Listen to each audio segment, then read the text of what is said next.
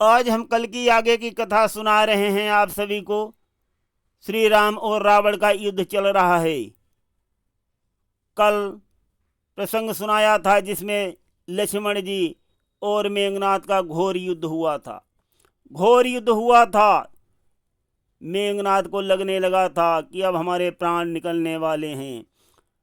तब अपनी तपस्या का दुरुपयोग करके मेघनाथ ने लक्ष्मण जी के ऊपर वीरघाती नाम की शक्ति छोड़ी थी, जिससे लक्ष्मण जी मूर्छित होकर के और श्री रामादल में पड़े हुए हैं। हनुमान जी सुषेण वैद को ले आए हैं। सुषेण वैद जो हैं वो भगवान प्रभु श्री राम से पहले मर्म भरे बयान बोलेंगे। वो हम आप सभी को भजन प्रसंग में सुनाएंगे। और हम ये भी बता दें कि रावण कितना तपस्वी है। तपस्या का फल जो है बहुत शक्तिशाली होता है, कोई उसको काट नहीं सकता। किंतु साथियों, अगर तपस्या का दुरुपयोग किया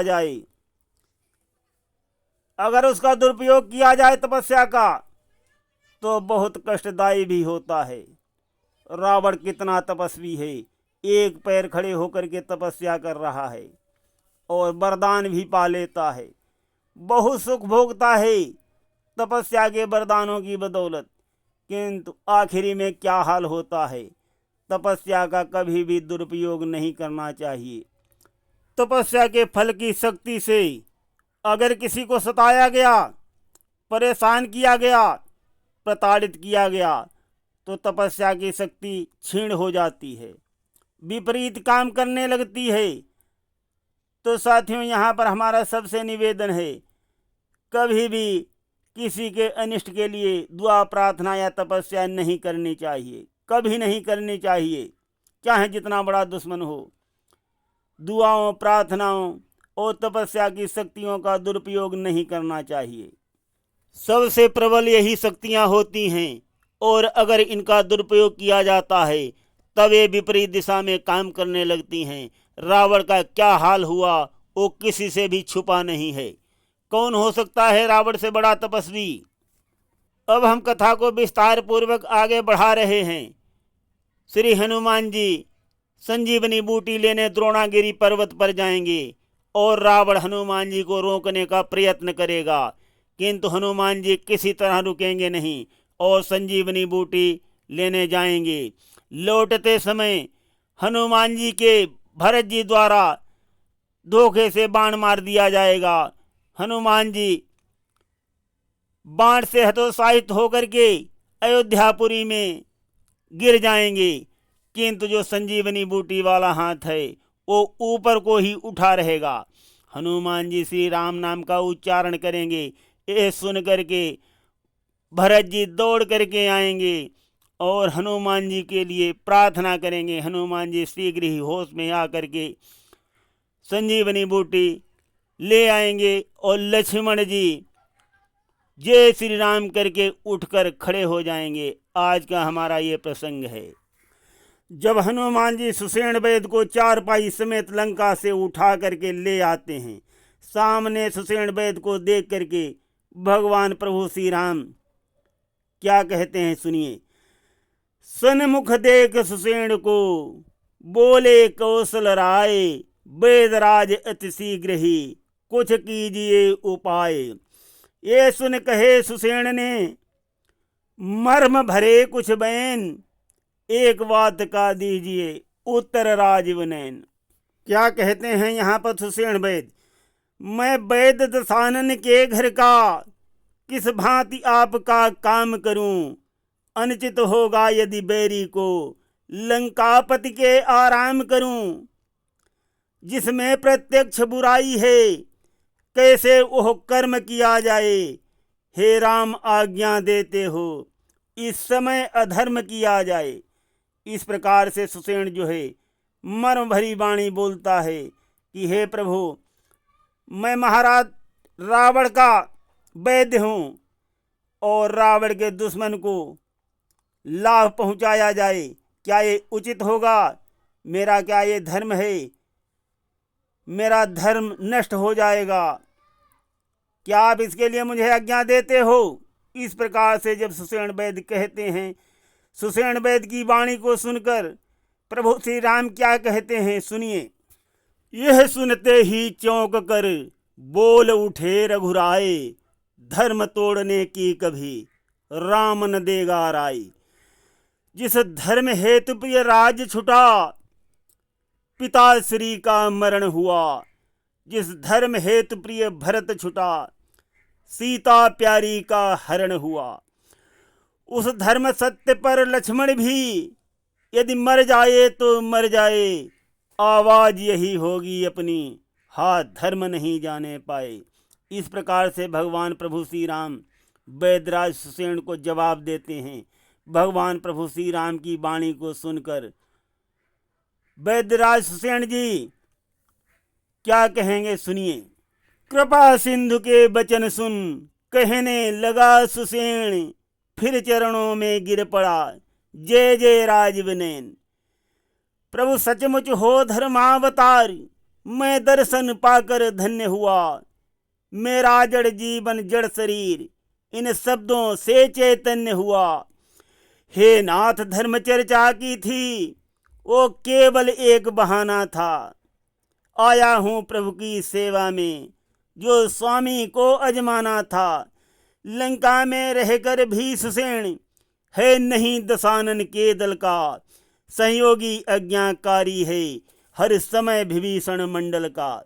इस प्रकार से सुषेण जी जो हैं भगवान प्रभु श्री राम को उत्तर देते हैं, कहते हैं, हे प्रभु, मैंने मर्म भरी वाणी बोली थी, वो केवल मात्र बहाना था। उसी बहाने से मैं स्वामी आपको अजमा रहा था। भगवान प्रभु श्री राम के चरणों में गिरकर जय जयकार बोलते हुए सुषेण जी कहते हैं, बोले नाड़ी देख कर वैद राजकुल रत्न, जान बचाई जा सके है अति दूर प्रयत्न।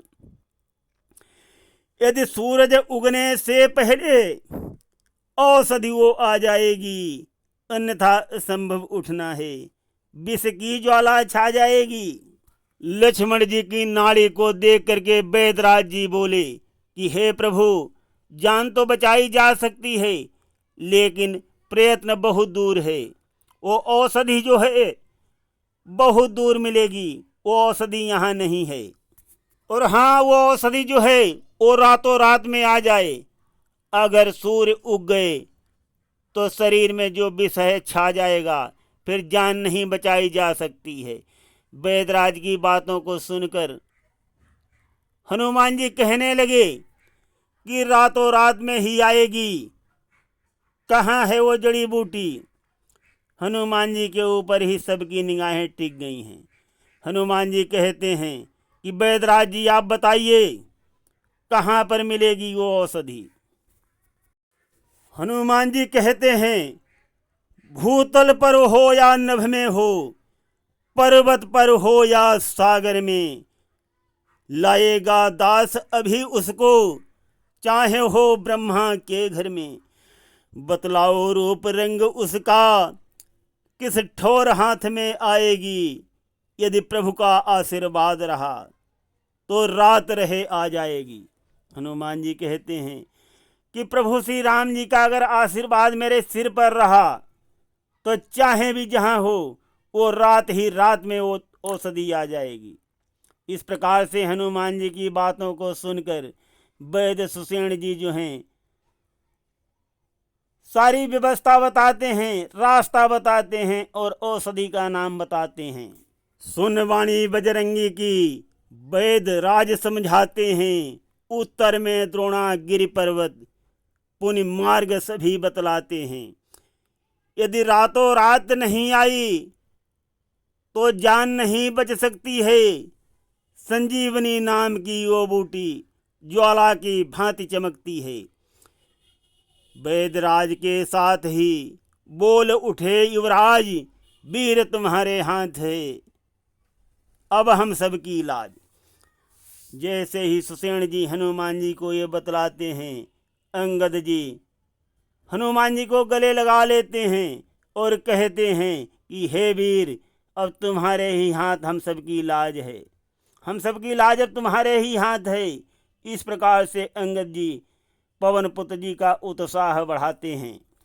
उस अवसर पर अंगद जी हनुमान जी से कहते हैं कि तुमने वानरपति सुग्रीव की भी सहायता की और रक्षा की, उन्हें राज दिलाया, अशोक वाटिका में माता सीता को धीरज बंधा करके उनके प्राणों की रक्षा की, और आज भगवान प्रभु श्री राम के ऊपर संकट है और लक्ष्मण जी की भी जान बचाना तुम्हारे ही हाथ में है वीरवर, तुम्हारे ऊपर ही सबकी आशा टिकी हुई है। इस प्रकार से अंगद जो हैं बार बार हनुमान जी का उत्साह बढ़ा रहे हैं।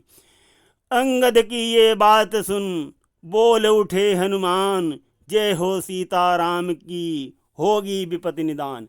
हनुमान जी बोलते हैं जय श्री राम और कहते हैं कि सारी विपत्ति दूर हो जाएगी, चिंता मत करो। और हनुमान जी भगवान प्रभु श्री राम के चरणों में माथ झुकाते हैं। चरणों में श्री राम के झुका दिया निज माथ, आज्ञा दो इस दास को कहा जोड़ कर हाथ। आज्ञा दे हनुमान को बोले बचन गंभीर, शीस नवा हनुमत चले कह जय श्री रघुवीर। कल्पना देर कर सकती है पर देरन की बजरंगी ने, मारुत से अधिक चाल पकड़ी उस महावीर रणरंगी ने। जो महाकाल को पकड़ लिया, सूरज को मुख में गहन किया, जो मार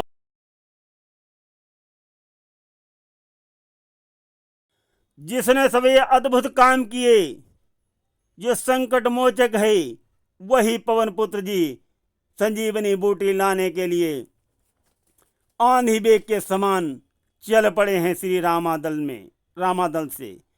और इधर जो है रावण भी बेखौफ नहीं है, चिंतित है और पल पल की खबर ले रहा है।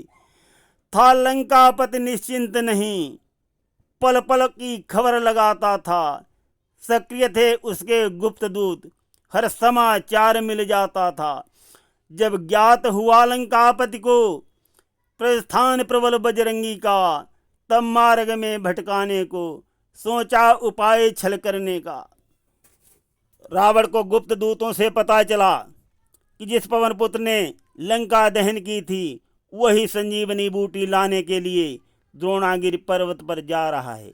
रावण सोच रहा है कि वो कभी ऐसा है, वो कुछ भी कर सकता है, वो अवश्य ही लाएगा संजीवनी बूटी। इसलिए अगर उसको रास्ते में भटका दिया जाए, उसको रास्ता भुला दिया जाए, ऐसे प्रयत्न करने लगता है रावण। सुनिए आगे क्या होता है, क्या करेगा रावण। रावण जो है अपने मामा कालनेम के पास जाता है और हनुमान जी का रास्ता रोकने के लिए कालनेम को जिम्मेदारी ठहराता है। तब कालनेम कहता है, कालनेम से तब कहा जाकर करो उपाय, उस बानर को मार्ग में देर अधिक लग जाए। गुजर गई ये रात जो बन जाएगा काम, फिर तो बूटी भी नहीं कर सकती है काम। कालनेम ने पहुँच कर छलबल रचा अपार, पहुँच निकट हनुमान के कहने लगा पुकार। चतुर अंजनी लाल तब चाल गए पहचान, मिटा दिया उस असुर का जड़ से नाम निशान। इस प्रकार उस मार्ग में कालनेमि को मार, चले पवन सुत मार्ग में करते हुए विचार। साथियों, राम भक्तों पर कहीं भी कुछ प्रभाव नहीं होता। हनुमान जी पहचान गए हैं कालनेम को और मार करके आगे बढ़ जाते हैं। रास्ते में क्या विचार करते हैं, सुरमंडल का दुख हरने को, लक्ष्मण के प्राण बचाने को, फिर आंधी बेग समान चले संजीवनी बूटी लाने को। श्री हनुमान जी यहाँ पर सूर्यदेव को भी आगाह करते हैं। क्या कहते हैं, दिनकर को आगाह किया, जब मंजिल पूर्ण हमारी हो, तभी उदय होना भगवन, ये सब पर कृपा तुम्हारी हो। सूर्यदेव जी को आगाह करते हैं कि जब हमारी मंजिल पूर्ण हो जाए तभी आप उदय होना, और ये तुम्हारी हमारे सब के ऊपर बहुत ही कृपा होगी। और आगे हनुमान जी क्या कहते हैं, इसलिए छिपे रहना तब तक जब तक न जड़ी पहुंचा दूं मैं, उस समय प्रकट होना भगवन जब संकट निशा मिटा दूं मैं। मेरी सेवा के पहले यदि किरणों का चमत्कार होगा, तो सूर्यवंश में सूर्यदेव सचमुच ही अंधकार होगा। आशा है स्वल्प विनय मेरी, सच्चे मन से स्वीकारोगे। आतुर की अति अवस्था को करुणा के साथ निहारोगे। अन्यथा क्षमा करना दिनकर, अंजनी तने से पाला है। बचपन से जान रहे हो तुम, हनुमत कितना मत वाला है। मुख में तुमको रख लेने का फिर आज कूर साधन होगा। बंदी मोचन भी तब होगा जब लक्ष्मण का दुख मोचन होगा। इस प्रकार बजरंगी ने सूरज से अर्ज लगाई है। श्री राम नाम के 2 अक्षर में सब सुख शांति समाई है। इस प्रकार से पवन पुत्र ने सूर्यदेव को आगाह भी कर दिया और सूर्यदेव जी की विनती भी कर दी कि प्रभु तभी उदय होना जब मैं जड़ी बूटी ला करके और लक्ष्मण जी के प्राण बचा दूं, संकट दूर हो जाए। और इस प्रकार से हनुमान जी द्रोणागिरि पर्वत पर पहुंच जाते हैं। पहुंचे द्रोणागिरि जब ही वीर अंजनी लाल, देखा सारी बूटियां चमक रही ज्यों ज्वाल। रावण ने इस जगह भी खेली थी ये चाल, भेज विमानों से सचिव करा दिया गिरिलाल। रावण ने यहाँ भी बहुत चालाकी खेल दिया था। अपने सचिवों को विमान से भेज करके और सारे पर्वत को लाल करा दिया था। जो सुषेण वैद्य ने जड़ी बूटी की पहचान बताई थी कि ज्वाला की भांत चमकती है, तो हनुमान जी वहाँ पर देखते हैं कि सारी चीज ज्वाला की तरह चमक रही है। ये रावण ने चाल खेली थी। दीपावली तारा बलि समान, सारा ही शैल चमकता था। चक्कर में पड़े वीर हनुमत, बूटी का पता न चलता था। जो होते सचमुच बलधारी, वो अधिक विचार न करते हैं।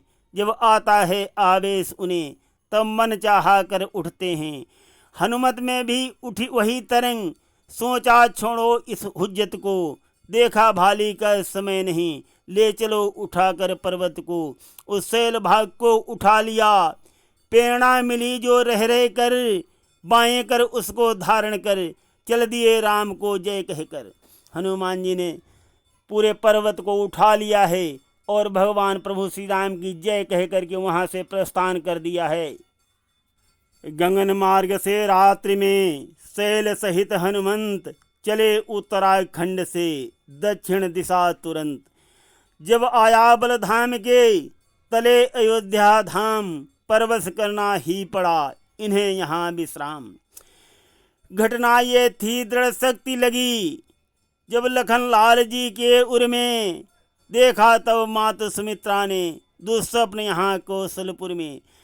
तत्काल छोड़कर नंदग्राम आ गए भरत, सुन दुख उनका प्रारंभ कर दिया शांति यज्ञ, परिणाम सोच कर असगुन का। और जब लक्ष्मण जी के शक्ति बाण लगा, तब यहाँ माता सुमित्रा ने दुस्वप्न देखा। उनका दुस्वप्न सुनकर भरत जी नंदीग्राम से अयोध्यापुर में आ गए और दुख निवारण यज्ञ करने लगे। इधर हनुमान जी आंधी बेग के समान अयोध्या में प्रवेश करते हैं आकाश मार्ग से। भरत जी सोचते हैं कोई दुष्ट असुर अयोध्या नगरी को नष्ट करने के लिए आ रहा है, तो अपने आसन से कुश का बाण निकालते हैं और हनुमान जी के मार देते हैं। हनुमान जी उस बाण से घायल होकर के पृथ्वी पर गिरते हैं, किंतु जिस हाथ में पर्वत है जड़ी बूटी वाला, वो हाथ उनका उठा है ऊपर और हनुमान जी एक हाथ टेक करके बेसुध हो जाते हैं। और हनुमान जी के हृदय में जैसे ही भरत जी का वो कुशबाण लगता है, हनुमान जी गिरते गिरते श्री राम नाम की जयकार लगाते हैं। और जैसे ही श्री राम नाम हनुमान जी के मुख से निकलता है, भरत जी श्री राम के नाम से व्याकुल होकर के हनुमान जी की ओर दौड़ पड़ते हैं। और साथियों, भगवान प्रभु श्री राम की लीला यहाँ पर हम थोड़ी बता दें कथा में आगे बढ़ने से पहले। एक बात है यहाँ पर कह देने की खास, सेल लिए जब जा रहे थे रघुवर के दास। सोच रहे थे पवन सुत दिल में बारंबार, होनी तो होकर रहे सके न कोई टार। तो हनुमान जी बाण लगने से पहले सोच रहे थे कि मैं ठीक समय पर औषधि को पहुंचा दूंगा रामादल में, लक्ष्मण जीवित हो जाएंगे, संकट टल जाएंगे पल में। मैं का ये छोटा सा अंकुर जिस समय उगा उनके मन में, त्यों ही आ लगा गर्वहारी ओ तीर भरत जी का तन में। गिर गए भूमि पर हाथ टेक, आहत मूर्छित होकर दुख से, मैं नाम मात्र का मद उतरा, श्री राम नाम निकला मुख से। साथियों, ये भी भगवान प्रभु श्री राम की लीला है। वो अपने भक्तों में मद का अंकुर नहीं उगने देते हैं। यहाँ पर हनुमान जी सोच रहे थे कि अरे मैं ठीक समय पर संजीवनी बूटी को रामादल में पहुँचा दूंगा और लक्ष्मण जी जीवित हो जाएंगे। इस प्रकार से ये बात जैसे ही हनुमान जी के उर में आई, उसी समय लगा था भरत जी का बाण हनुमान जी के तन में, और हनुमान जी श्री राम नाम कहते हुए पृथ्वी पर गिरते हैं, अपना हाथ टेक देते हैं। फिर भी साथियों, भक्तों का भगवान कभी अपमान नहीं होने देते। हनुमान जी का वो हाथ वैसे ही सीधा रहा जिस पे पर्वत रखा था, पर्वत भी नहीं गिरा, हनुमान जी के हाथ से नहीं छूटा। भक्तों की लाज भी रखते हैं, सम्मान भी करते हैं, प्यार भी करते हैं, लेकिन साथियों अभिमान का अंकुर नहीं उगने देते हैं। और अब हम इधर की कथा बता रहे हैं। जैसे ही भरत जी ने सुना श्री राम नाम जी का प्यारा नाम, दौड़ पड़े व्याकुल होकर के हनुमान जी के तरफ और बोले कि किसने ये मधुर शब्द को पुकारा है, इस महामंत्र की महामधुर आवाज लगाई है किसने, मेरी रग रग में नस नस में बिजली दौड़ाई है किसने। जिसने यह नाम पुकारा है वो सचमुच उनके प्यारों में, इतना रस इस पुकार में है जो नहीं हजार पुकारों में। भरत जी कहते हैं कि किसने यह नाम पुकारा है, इतने प्यार से पुकारा है कि हजारों पुकारों में यह रस नहीं है। भरत जी पहचान जाते हैं हनुमान जी को। हनुमान जी के पास भरत शीघ्र पहुंचते हैं। क्या कहते हैं, पास पहुंच पुनि कहा, बोल बोल फिर भर दे उस बोल से, मेरे मन का डोल, मेरे मन का डोल भर दे उस मीठे शब्द से। भरत जी कहते हैं, पृथ्वी आकाश पहाड़ों में अद्भुत गुंजार भरी तूने, इस शांति प्रगति के कण कण में मीठी झनकार भरी तूने। जड़ भी चेतन में जिससे होते ओ सुधा सलिस बरसाया है, इस तार तार में त्रिभुवन में तेरा संगीत समाया है। भरत जी व्याकुल और बिहवल होकर के ऐसे हनुमान जी से कहते हैं और हनुमान जी बेसुध हैं। भरत जी विचारों में मग्न हैं, खो गए हैं। इन्हीं विचारों में भरत सोचे बारंबार, हाँ मुझसे ये क्यों हुआ सज्जन का अपकार। दिल भरा भरत का करुणा से वो करुण पुकार लगाते हैं, हे तात उठो मूर्छा त्यागो, कहीं बारंबार जगाते हैं।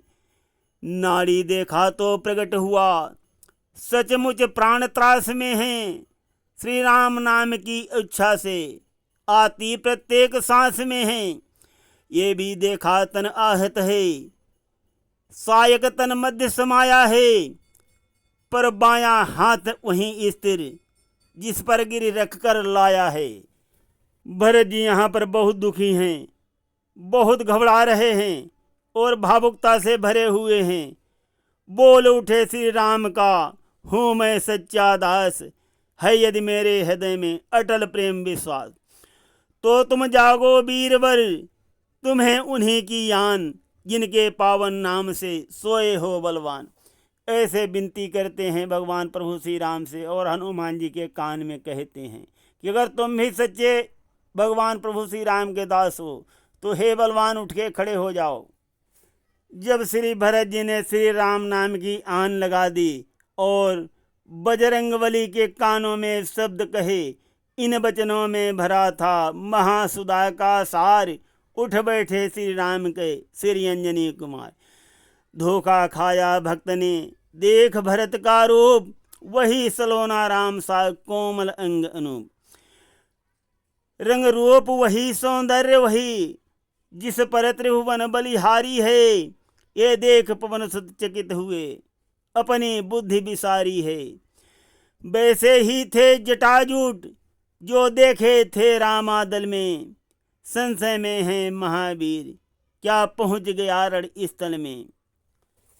और हनुमान जी ने जैसे आंखें खोली ऐसे ही चौंक गए। सामने जब भरत जी को देखा, उन्हें लगा कि भगवान प्रभु श्री राम हमारे सामने खड़े हैं और क्या मैं रामादल में आ पहुंचा हूं। हनुमान जी के दिल में संशय आ गया, चौंक गए हनुमान जी। और हनुमान जी प्रेम से विह्वल हो जाते हैं। प्रेम मगन हो दास ने झुका दिया निज मात, बोले मैं आया कहाँ आप कहाँ हैं नाथ। हनुमान जी की वाणी को सुनकर भरत जी मुस्कुराने लगते हैं। मुस्का कर कहने लगे, तब रघुवर के भ्रात, तुम हो कौशल देश में निकट भरत के तात। सुनकर वाणी भरत की चरण पड़े कपिराज, ओहो भाग्य दर्शन हुए सफल हुए सब काज। हनुमान जी गदगद हो गए, भाव विह्वल हो गए, कहने लगे मेरे अहो भाग्य हैं जो मुझे आपके दर्शन हो गए। मैं कानों से आपका नाम सुनता था और आज आपके दर्शन हो ही गए। तो साथियों, इस प्रकार आपस में बहुत मधुर संवाद होता है। हनुमान जी जो हैं भरत को सारा हाल बताते हैं। भरत जी बहुत दुखी होते हैं। यहाँ पर ये स्पेशल प्रसंग हम कभी आप सभी को सुनाएंगे। कथा को हम आगे बढ़ा रहे हैं और भरत जी से विदा होकर के हनुमान जी जो है रामादल की तरफ चल देते हैं। यहाँ भगवान प्रभु श्री राम का धीरज छूट रहा है और वो बहुत विलाप कर रहे हैं। लक्ष्मण जी को अपनी गोदी में लेकर के बहुत विलाप कर रहे हैं। भगवान प्रभु श्री राम कहते हैं कि अब तो रात भी बीतने वाली है और अंजनी लाल अभी नहीं आए। हो सकता है हनुमान जी वहाँ तक न पहुँचे हों। वीर योद्धा हैं, उनको शर्म आ रही हो इसलिए न आए हों यहाँ। और वानर राज सुग्रीव को बुला करके कहते हैं कि हे कपिनाथ, लक्ष्मण जी के अगर प्राण चले गए तो मैं भी अपने प्राण त्याग दूंगा और मेरे दोनों भाइयों की चिता जो है इस समुद्र तट पर बना देना और लिख देना भाई भाई की यादगार में। इस प्रकार से भगवान प्रभु श्री राम बहुत विलाप करते हैं। उसी समय हनुमान जी पहुंच जाते हैं और सुषेण वैद्य जो है लक्ष्मण जी को संजीवनी बूटी घोल के पिलाते हैं। लक्ष्मण जी राम राम कहते हुए उठकर बैठ जाते हैं और कपिसेना में जय जयकार होने लगती है। और इधर रावण जो है सशंकित होता है, लंका में शोक छा जाता है। रामादल में पुनः जय जयकार हो रही है। हनुमान जी की जय जयकार हो रही है। भगवान प्रभु श्री राम की जय जयकार हो रही है। पवन पुत्र जी की जय जयकार हो रही है। लक्ष्मण जी की जय जयकार हो रही है। बोलो लखन सिया रामचंद्र की जय। हम कथा को यहीं पर विश्राम देते हैं। आगे का भाग जो है हम बाद में सुनाएंगे। सुनते रहिए। धन्यवाद।